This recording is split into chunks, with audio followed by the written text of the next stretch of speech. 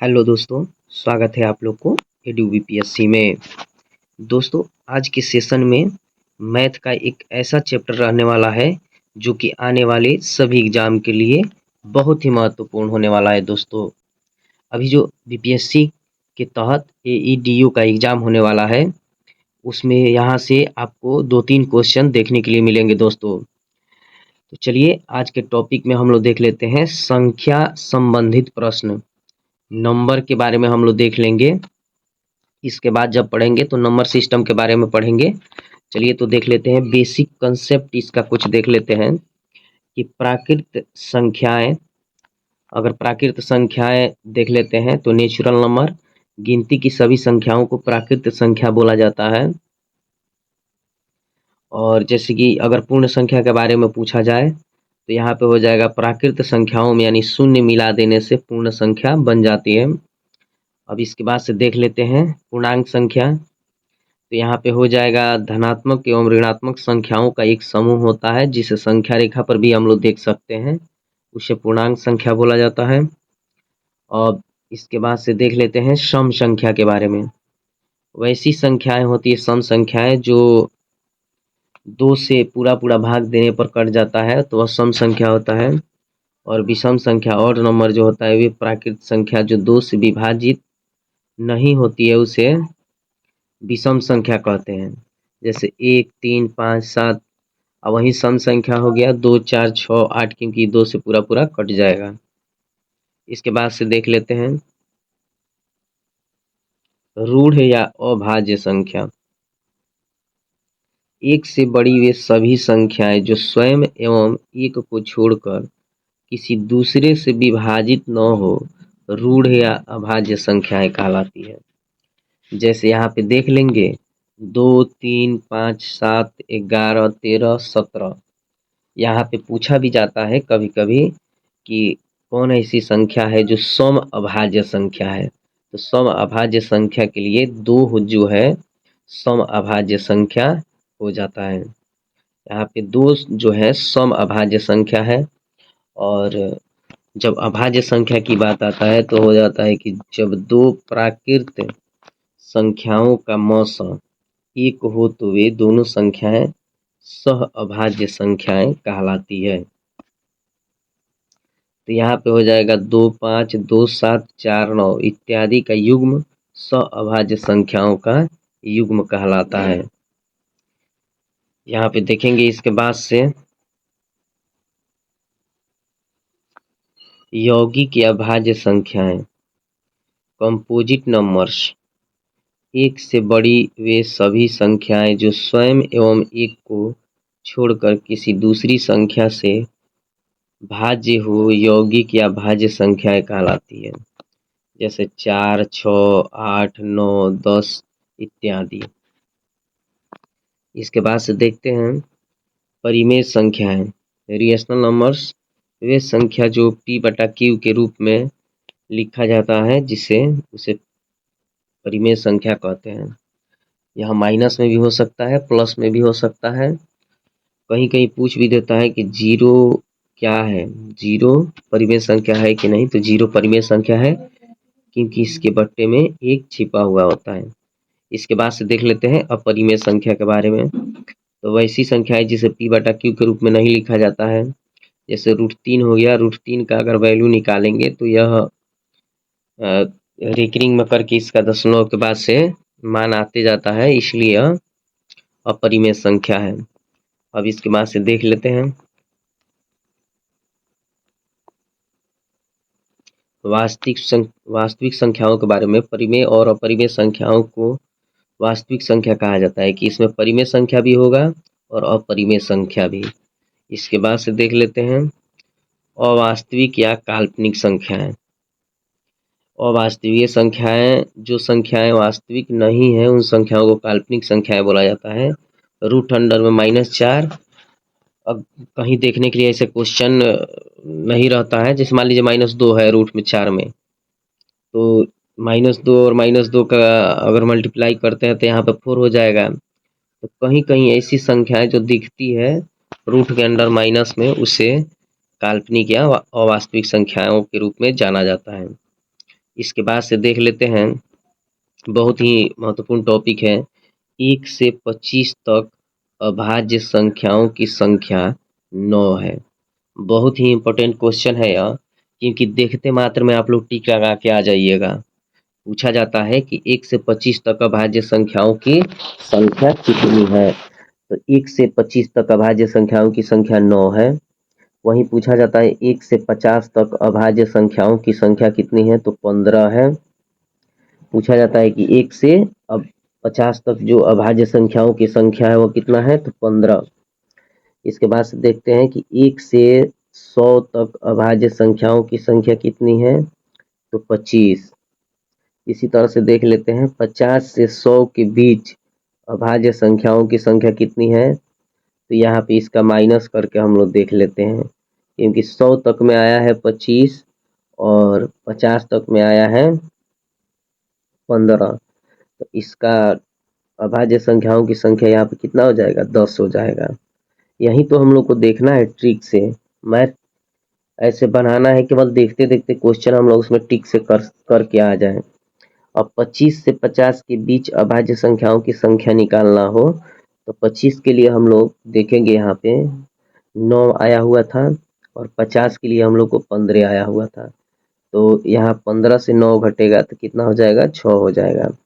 फिर एक बार आपके स्मरण के लिए हम बता दें कि 1 से 25 तक संख्याओं की संख्या जो है, अभाज्य संख्याओं की संख्या हमेशा याद रखेंगे 9, 1 से 50 तक की अभाज्य संख्याओं की संख्या 15, 1 से 100 तक की अभाज्य की संख्याओं की संख्या 25 और 50 से 100 के बीच संख्याओं की संख्या अभाज्य संख्याओं की संख्या 10 और वहीं 25 से 50 के बीच अभाज्य संख्याओं की संख्या 6। चलिए तो यहाँ पे इसके बाद देख लेते हैं,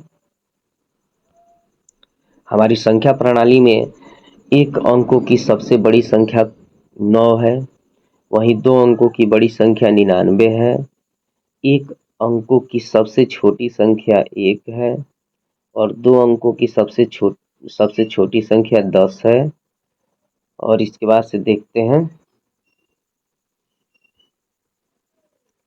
3 अंकों की सबसे छोटी संख्या 1000 है। यहाँ पे देखते हैं ट्रिक यहाँ लिखा है कि बड़ी संख्या ज्ञात करने के लिए जितने अंकों को निकालना होता है, देखिए यहाँ पे जितने अंकों को निकालना होता है उतना 9 लिखें तथा छोटी संख्या को निकालने के लिए जितने अंकों को निकालना होता है तो उससे एक कम शून्य पर लिखें। तो यहाँ पे एक अंक वाली अंकों की संख्या तो 9, 2 अंक वाली अंकों की संख्या तो 99 माइनस 9 तो 90। पूछता है कि एक अंक वाली अंकों की संख्या तो 9 है और 2 अंक वाली अंकों की संख्या कितना है, तो 90 है। इसके बाद से देखते हैं ट्रिक से, खास अंक वाली अंकों की संख्या ज्ञात करने के लिए सर्वप्रथम 9 लिखकर जितने अंकों को निकालना होता है 9 के बाद उतना से एक कम शून्य लिखें। जैसे हमको 5 अंकों वाली अंकों की संख्या निकालना है, तो 5 अंक है तो 4 गो शून्य रखेंगे, क्योंकि एक शून्य कम कर लिए और एगो 9 है, ये है तो 9 पे 4 गो शून्य कर दिए तो 5 अंकों की संख्या हो गया।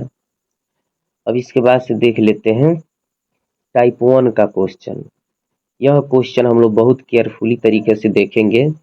आप लोग नोटबुक या आप लोग अपने कॉपी को लेकर के बैठेंगे पास में और वीडियो को रोक रोक करके आप लोग प्रत्येक क्वेश्चन का जो ट्रिक मैं बताया हूँ इसमें आप लोग नोट कर सकते हैं, क्योंकि इससे बेहतरीन आपको कहीं कंटेंट नहीं मिलने वाला है। आप लोग इसको बहुत ही बढ़िया ढंग से देखें और ज़्यादा से ज़्यादा अपने मित्रों के पास इसको शेयर करें, ताकि मैं नेक्स्ट में ऐसे ही वीडियो बनाते रहूं। दोस्तों, संख्याओं को ज्ञात करने के लिए हमारे पास कुछ महत्वपूर्ण सूत्र होता है। संख्याओं के योगफल ज्ञात करने का सूत्र बहुत ही महत्वपूर्ण टॉपिक है, बहुत ही महत्वपूर्ण टॉपिक। यहाँ से क्वेश्चन 2-3 आप लोग को देखने के लिए जरूर मिलेंगे और हर एग्जाम में, बिहार सीजीएल में देखा जाए, एईडीयू में देखा जाए, ऑफिस अटेंडेंट के लिए देखा जाए, बिहार एसएससी के लिए देखा जाए जो इंटर लेवल का होने वाला है, या एसएससी के लिए होने वाला है, तो देखिए यहाँ पे पहला क्वेश्चन देख लेते हैं। लगातार x प्राकृत संख्याओं का योग अगर पूछता है तो यहाँ पे आंसर हम लोग का हो जाएगा, इसका ट्रिक है x इंटू एक्स प्लस 1/2।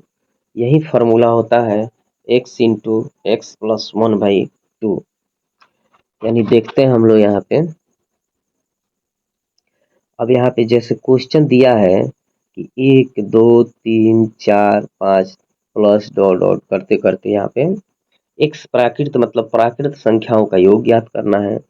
तो सबसे जो लास्ट में संख्या है 50, उसको यहाँ पे हम लोग लिए हैं। जो x यहाँ पे लिए है ना, तो वह सबसे लास्ट वाला संख्या लिया है। तो 50 इंटू 50 प्लस 1, तो 2 से काटेंगे 25 मर्त में कटेगा, और 50 एक 51 में 25 से गुणा करेंगे तो 1275 आंसर आ जाएगा। तो सबसे बड़ी बात है, हम प्राकृत संख्याओं का योग निकालने का सूत्र देखें, x इंटू एक्स प्लस 1/2। बहुत ही महत्वपूर्ण सूत्र है। चलिए तो आगे बढ़ते हैं हम लोग। इसके बाद आगे बढ़ते हैं, कह रहा है x के n तक पहाड़े का योग, तो x n into x plus 1/2। चलिए इस क्वेश्चन को देख लेते हैं। यहाँ पे देखेंगे हम लोग, जैसे 9 के पहाड़ा का योग हमको ज्ञात करना है। तो 9 के पहाड़ा का योग ज्ञात करना है तो 9 गुणे 10 हो गया, क्योंकि 10 अंक तक हमको लास्ट यहाँ इसका देखना है।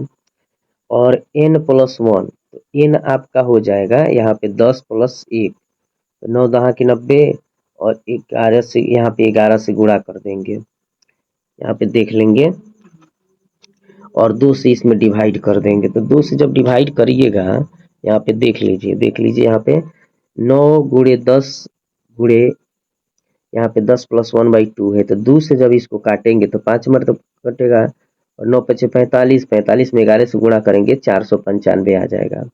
इस तरह से हम लोग ने देखा कि जो पहाड़े का संख्या है उसको अगर हम लोग को जोड़ना है, डायरेक्ट बोला जाए कि पहाड़े की पूरे संख्या को जोड़िए, तो 9 का जोड़ना था तो 9 गुणे 10 कर लिए। उसी तरह से अगर 11 को जोड़ना है तो 11 गुणे 10 इंटू 11 प्लस 1/2। समझ में आ रहा होगा क्वेश्चन। चलिए 12 के पहाड़ा को जोड़ना होगा, तो उसी तरह से हम लोग जोड़ेंगे कि 12 गुणे 10 इंटू 12 प्लस 1/2। अब इसके बाद से देख लेते हैं ट्रिक से कि जिस अंक के पहाड़े को जोड़ना हो उसमें 55 से गुणा कर योगफल ज्ञात करें। जैसे मान लीजिए 5 के पहाड़ा का योगफल हम लोग को ज्ञात करना है, तो इसमें हम लोग को कुछ नहीं करना है, केवल 55 से गुणा करेंगे, उसका योग निकल जाएगा। एक तो हम लोगों ने फार्मूला देखा, और एक आपका क्वेश्चन का आंसर हो गया क्या कि सबसे पहले 55 से गुणा कर दीजिए, आंसर आ जाएगा। जैसे 9 के पहाड़ा का योग करना है तो 55 में 9 से गुणा करके देख लीजिए, उतना आ जाएगा। अब इसके बाद से देखते हैं अगला क्वेश्चन को। यहाँ पे तीसरा नंबर फार्मूला हम लोग देख लेते हैं। तीसरा फार्मूला हम लोग का, तो यहाँ पे लगातार x तक की प्राकृत संख्याओं के वर्गों का योग, बहुत ही इंपॉर्टेंट क्वेश्चन है। एक तो हम लोग ने देखा कि प्राकृत संख्याओं का योग, तो उसके लिए फार्मूला था x इंटू एक्स प्लस 1/2, लेकिन यहाँ पे है कि इसका सबका योग निकालना है, यानी योग तक दिया है, और 1 का वर्ग, 2 का वर्ग, 3 का वर्ग प्लस डॉट डॉट लास्ट 15 का स्क्वायर, यानी 15 तक का योग ज्ञात करना है। तो सबसे पहले इसका फार्मूला है x into x plus 1 into 2x plus 1/6, और यहाँ पे x जो है इसको लास्ट वाला संख्या को मानते हैं, तो 15 है तो 15 हो गया, तो 15 इंटू 15 प्लस 1 इंटू 2 गुणे 15 प्लस 1, ये हो जाएगा 15 गुणे, और यहाँ 15 1 16, यानी 15 गुणे 16 गुणे 15 दूना 30 है 31 बटे 6, 15 गुणे 16 गुणे 31 बटा 6। और जब यह इसको हम लोग काटेंगे, यहाँ पे 2 से काटेंगे, 2 तिहाई 6 और 2 आठे 16 और 3 पचे 15, तो इसको जब गुणा करेंगे तो 1240 आएगा।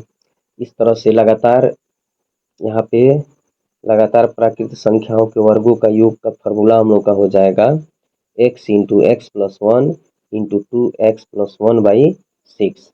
हम लोग इससे निकाल सकते हैं लगातार प्राकृत संख्याओं के वर्गों का योग। चलिए इसके बाद से अगला क्वेश्चन देख लेते हैं।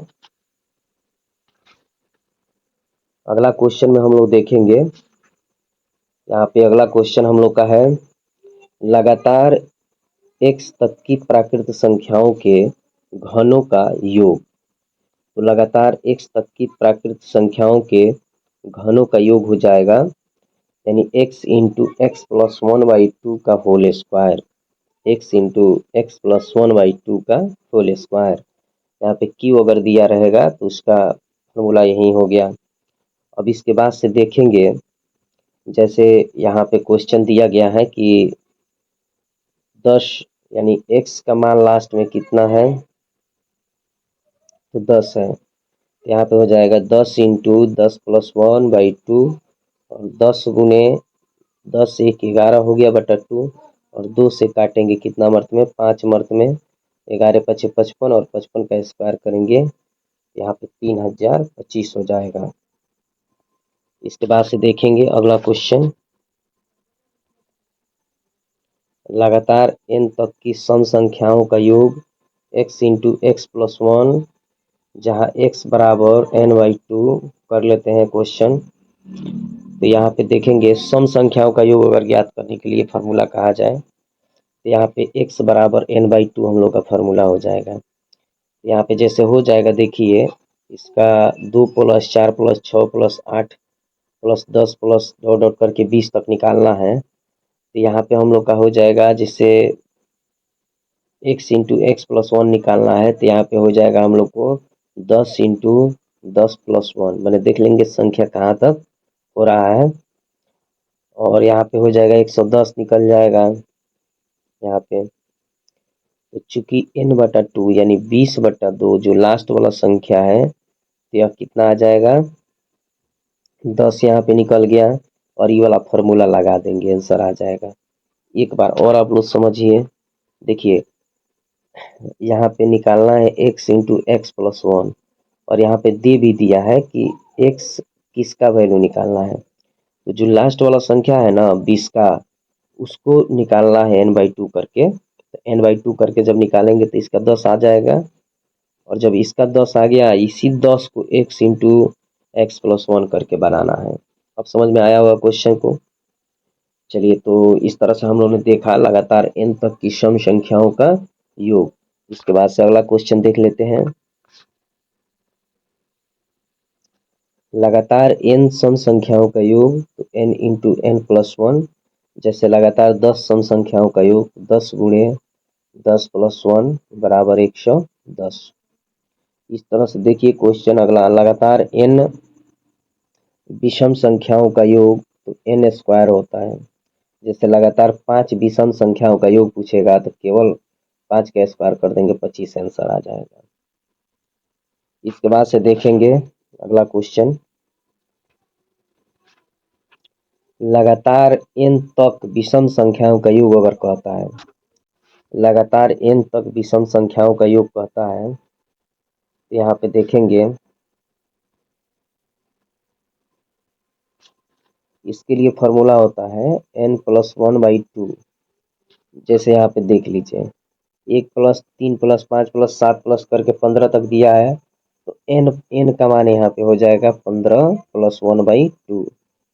15 1 16 और 16 जब इसको काटेंगे 2 से तो 8 का स्क्वायर हो जाएगा, 64 आंसर आ जाएगा। यह भी बहुत इंपॉर्टेंट क्वेश्चन है एग्जाम की दृष्टि से। यहाँ पे देख लिए हम लोग। इसके बाद से देखते हैं किसी ऐसी श्रेणी, इसके बाद का अगला क्वेश्चन हो जाएगा, किसी ऐसी श्रेणी जिसकी दो क्रमागत पदों का अंतर, जिसके दो क्रमागत पदों का अंतर समान हो तो उसका योग क्या होगा। जैसे देख लीजिए 7 + 10 + 13 + 16 + 19 का योग, तो सबसे पहले जो फर्स्ट संख्या होता है उसको ले लेंगे और जो लास्ट वाला संख्या है उसको ले लेंगे। तो देखिए इसके बीच कितना का अंतर, इसके अलावा देख लेते हैं पदों की संख्या। तो पद की संख्या कितना है, तो 5 गो है। तो 5 इंटू जो पहली संख्या है लास्ट संख्या जोड़ के बटा 2 कर देंगे, आंसर आ जाएगा। पहला पद प्लस अंतिम पद किसी ऐसी श्रेणी जिसकी दो क्रमागत पदों का अंतर समान हो। जैसे मान लीजिए 7 का 10 से तो 3 हो जाएगा, फिर 10 का 13 से 3 हो जाएगा, 13 से 16 का 3 हो जाएगा, 16 से 19 का तो 3 हो जाएगा। इस तरह से हम लोग इसको जब काटेंगे तो हम लोग का 65 आंसर आ जाएगा। इसके बाद देखते हैं टाइप 2 का, इसमें रोमन अंक की संख्याओं में बदलना। तो इसके लिए हमने एक बड़ा ही इम्पोर्टेंट फार्मूला बताया है दोस्तों, वी एक्स एल। देखिए हम इसको फार्मूला बनाए हैं V X L C D M. आप लोग जहाँ भी रहिए इसको याद करिएगा, V X L C D M. V का मतलब हो गया 5, एक्स का मतलब हो गया 10, एल का मतलब हो गया 50, सी का मतलब हो गया 100, डी का मतलब हो गया 500, एम का मतलब हो गया 1000। तो V X L C D M formula याद रखिएगा, V X L C D M. इसके अलावा अगर आपको लिखना है इसको बढ़िया से, तो एक को हम लोग ऐसे लिखते हैं, 4 को ऐसे लिखते हैं, 5 को लिखते हैं, 6 को, एक्स को 10 को लिखते हैं, एल मतलब 50 को, सी मतलब इसको देख लीजिए, डी मतलब 500, एम मतलब 1000। इसके साथ साथ एक्सी मतलब 40 होता है, ये भी देख लीजिए आप लोग, एक्सी माने 40, एक्सएल मतलब 90। ये सब चीज़ें आप लोग को कंप्लीट होना चाहिए। रोमन अंक का कोई भी संख्या देगा आप लोग बहुत आसानी से लिख सकते हैं। देखिए V X L C D M याद रखिएगा, V X L C D M. उसके अलावा ये दोनों याद रखिएगा, एक्सी माने 40, एक्सएल माने 90। उसके बाद से आप लोग कोई भी संख्या लिख सकते हैं। चलिए आगे बढ़ते हैं इसके बाद से।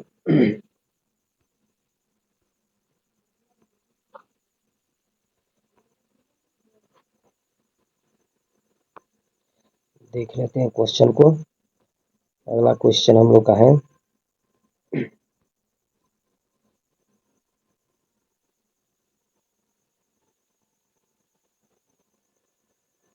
चलिए यहाँ पे क्वेश्चन देखते हैं आप।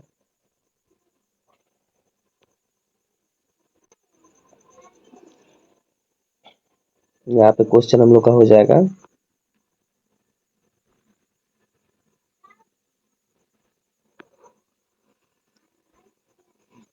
यहाँ अक्षर आई एक्स सी एम की पुनरावृत्ति 3 से अधिक बार नहीं किया जाता है। यहाँ पे 3x 300, सी 200, यही सब कुछ महत्वपूर्ण चीज़ें हैं जिसको याद करेंगे हम लोग। जैसे x 4 है तो x मतलब 10, 4 14 हो जाएगा। एक एल एक्स, एल मतलब 50, x माने 10, जो उन दोनों को जोड़ देंगे तो यह हो जाएगा 60। इस तरह से यहाँ पे इसका माइनस का भी दिया है, इसको देख लेंगे।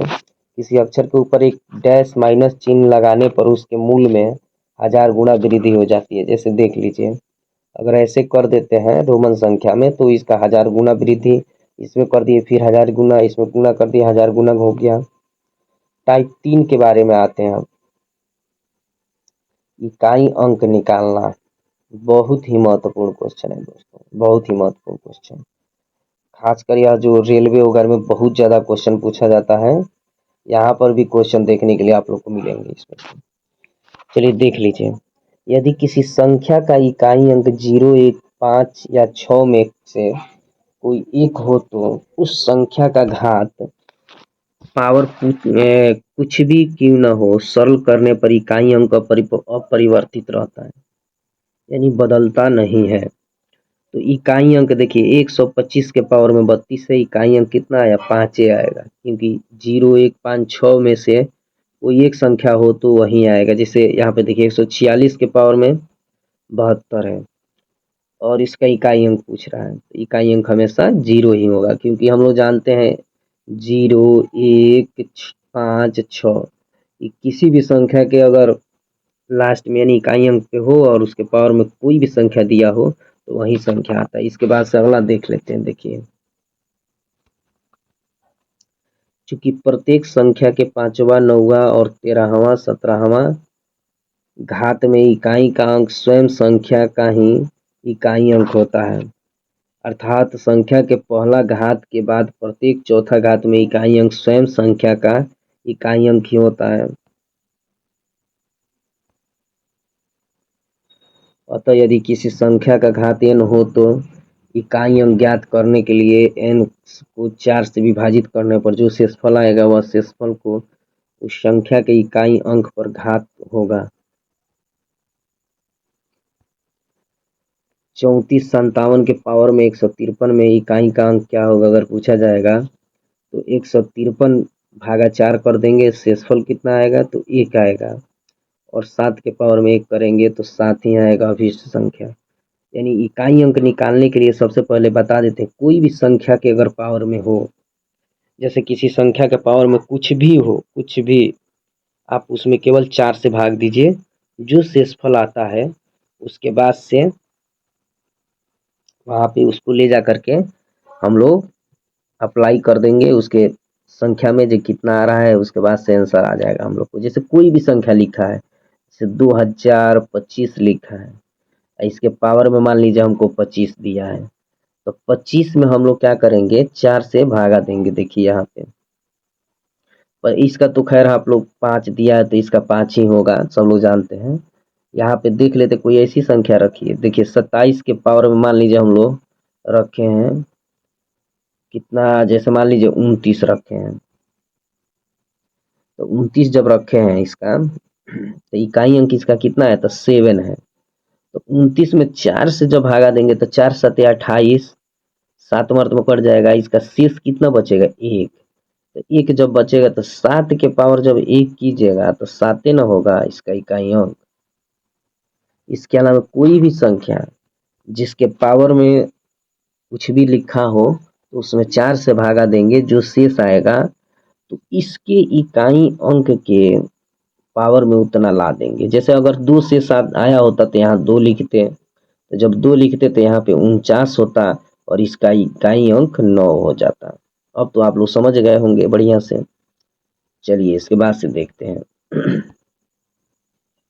अब यहाँ पे दिख रहा है क्वेश्चन कितना निकालना है, तो इसका इकाई अंक 3 है, इसका इकाई अंक 4 है, तो सबसे पहले इसके पावर में भी 6 दिया है, तो हम क्या करेंगे 6 में 4 से भागा देंगे तो 2 आएगा, तो 3 के पावर में 2 गुने और 4 के इसको काटेंगे तो 4 के पावर में हो जाएगा कितना 7 को जब काटेंगे 4 से तो इसका आ जाएगा 4 के पावर में 3 हो जाएगा, तो इसका देखिए 3 त्रिका 9 आता है, इसका 4 बार गुणा 4 का 3 बार गुणा करेंगे तो यहाँ 64 आता है, तो 64 को नहीं लिखेंगे, इसका 4 वाला को अंक को लिखेंगे, तो 9 चौके 36 और 36 का कितना हो जाएगा 6, इसका आंसर हो जाएगा। इस तरह से क्वेश्चन हम लोग बहुत आसान तरीके से देख सकते हैं। इसके बाद अगला क्वेश्चन देख लेते हैं।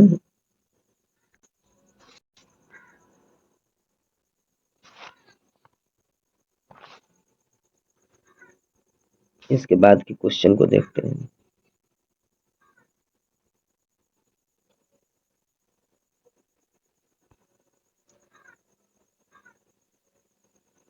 यहाँ पे फिर दिया है क्वेश्चन, देखेंगे 7 के पावर में 35, 3 के पावर में 71, 11 के पावर में 55, इकाई के स्थान पर कौन सा अंक होगा पूछ रहा है। वैसे ही जैसे हम बताएं आप लोग को कुछ नहीं करना है, 35 में 4 से भागा देंगे 3 आएगा, और 7 के पावर में 3 करेंगे तो हमेशा 3 आएगा, क्योंकि 7 सत्ते 49, 49 सत्ते 343, 343 का इकाई अंक 3। उसी तरह से 71 में भाग दिए 4 से तो 3 आएगा, 3 से 3 का करेंगे उसका पावर में 3 त्रिका 9 3 27 का 7 आ जाएगा इसका। उसी तरह से 11 यहाँ पे 55 है, 55 में 4 से भागा दिए तो इसका काटने के बाद से इसका इकाई का अंक 1 आया, क्योंकि 1 है तो इसका इकाई का अंक हमेशा 1 ही होगा, तो 1 इसका आ गया, तो 3 गुणे 7 गुणे 1 तो 7 त्रिका 21, 21 का इकाई अंक 1 ही होगा, आंसर इसका 1 हो जाएगा। इसके बाद से यहाँ देख लेते हैं 444 है, इसको काटेंगे तो 0 शेष आएगा, तो अभीष्ट संख्या 4 के पावर यानी 3 के पावर 4 हो जाएगा, का इकाई अंक कितना होगा 3 त्रिका 9, 9 त्रि 27, 3 81, 81 का 1 आता है। चलिए इसके बाद क्वेश्चन देख लेते हैं। दी गई संख्या का अभाज्य गुणनखंड करें। यदि संख्या का घात दिया हो गया हो तो अभाज्य गुणनखंड की संख्या में घात से गुणा करें। जैसे 30 के पावर 7 गुणे 22 के पावर 5 गुणे 34 के पावर 11 में अभाज्य गुणनखंडों की संख्या कितना होगा। तो इसको तोड़ करके देख लेंगे, यहाँ पे इसे तोड़ करके देख लेंगे और फिर जो इसमें सम में समान मिल रहा है इसको निकाल लेंगे यहाँ पे, और जोड़ने के बाद से इसका 53 आ जाएगा। इसी तरह से इसके बाद वाला में देख लेते हैं। इतना में अभाज्य गुणनखंडों की संख्या, तो उसमें 20 के पावर 4 गुणे 17 के पावर 11, यहाँ पे 20 का हो जाएगा 2 गुणे 2 गुणे 5 के पावर 4 गुणे 7 के पावर 11/1, और जब इसका निकालेंगे